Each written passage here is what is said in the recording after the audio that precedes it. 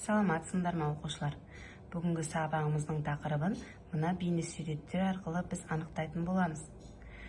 Кәнеки балалар, мына суреттен нені көріп тұрсыңдар? Жүк артқан түйелер, жайлау, тізгін тартқан жылқылар, киіз үйлер, сонымен қатар біршама адамдардың бейнесін көріп отырмыз, иә? Осы суреттер арқылы бүгінгі тақырыбымызды анықтай алатын боламыз. Ойланып көріңдерші балалар, бұл суреттен нені көре аламыз? Бүгінгі сабақтың тақырыбы қандай болмақ? Әрине балалар, дұрыс таптыңдар. Сабағымыздың тақырыбы көшпелі мал шаруашылығының қалыптасуы. Сабағымыздың оқу мақсаттары көшпелі мал шаруашылығы мен егіншіліктің қалыптасуын түсіндіру, көшпелілердің әлемдік өркениетке қосқан үлесін білу. Алдымен көшпелілік сөзіне тоқтала кетейік. Көшпелілік тарихи тұрғыда қалыптасқан шаруашылық мәдени әлеуметтік жүйе болып саналады. Табиғаттың дайын өнімін пайдаланған аңшы, терімшілер сияқты емес, көшпелілердің өздері өнім өндірді. Біздің заманымыздан бұрын 2000 жылдықта климаттың өзгеруіне байланысты егіншілікпен айналысу пайдасыз болды.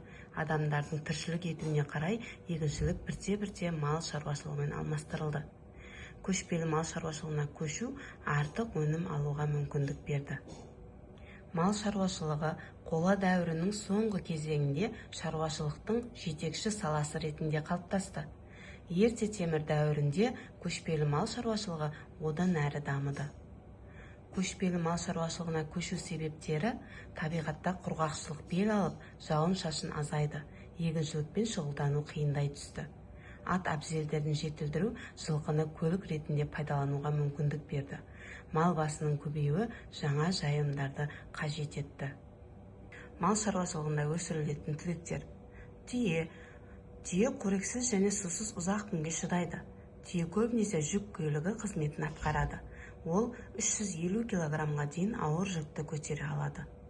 Жылқы көшпелілер өсірілген жылы суыққа төзімді болды.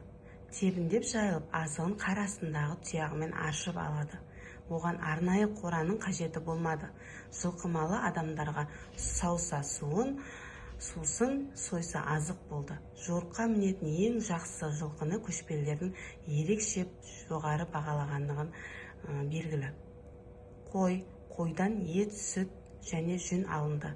Қойдың жүні киіз басу, арқан есу, жіп иіру үшін пайдаланылды. Көшпелілер өсірген қой түрі суық пен ыстыққа төзімді болып, күтімді көп қажет етпеді. Сиыр малын өсіру көшпелілер шаруашылығында кең таралмады. Себебі сиыр тебіндеп жайылуға икемсіз болды. Сиырды негізінен орманды, далалық және таулы далалық аймақтарда өсірген. Тебіндеу жылқы мен қой малының қар астындағы шөпті тұяғымен аршып алып жайылуы. Сиыр тебіндеп жайыла алмады. Сиырға арнайы жем шөп даярланды. Көшпелі мал шаруашылығының түрлері: жартылай көшпелі және отырықшы болып үш топқа бөлінді. Жартылай көшпелі көктем, жаз, күз мезгілінде жайылымның ыңғайына қарай жылжып көшіп отырып қыста дайын қора жайы бар қыстауларда қыстайтын мал шаруашылығын атайды. Жартылай көшпелі мал шаруашылығы Жетісу, Шығыс Қазақстан, Алтай, Тарбағатай және Қаратауда жақсы дамыды. Көшпелі мал шаруашылығы отырықшы мал шаруашылығымен біртіндеп дамып, мал басы өседі. Осыған байланысты жайылымды кеңейту, жайылым ауыстыру қажеттігі туады. Көшпелі мал шаруашылығы Маңғыстау, Батыс, орталық Қазақстанда дамыды. Отырықшы шаруашылық біздің заманымызға дейін 1000 жылдықтың бас кезінде көшпелілер, жартылай көшпелілердің мал бағушы қауымдастық біртіндеп отырықшылдыққа айналды. Оңтүстік Қазақстандағы Сыр, Шу, Талас, Арыс, Қаратаудың оңтүстік беткейі отырықшы мал шаруашылығымен айналысты. Көшпелі шаруашылығында жайылым түрлері: жайлау, күзеу, қыстау, көктеу. Жайлау жаз мезгілінде малды алысқа ұзатып жаятын жайылым. Бұл уақытта ру тайпалар жиналып, аса маңызды мәселелерін шешкен.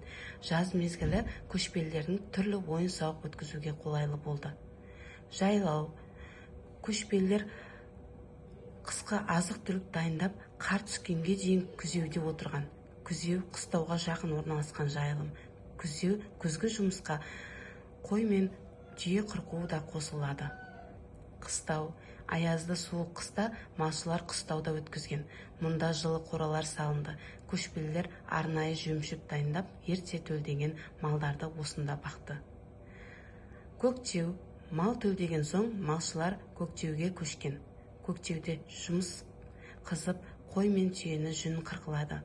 Осы кезде қыстан жүндеу шыққан мал қалпына келіп, күй жинаған екен. Міне балалар, көшпелі мал шаруашылығының жайылымдық түрлерін, көшпелі мал шаруашылығының түрлерін бүгінгі сабақта қарастыра алдық.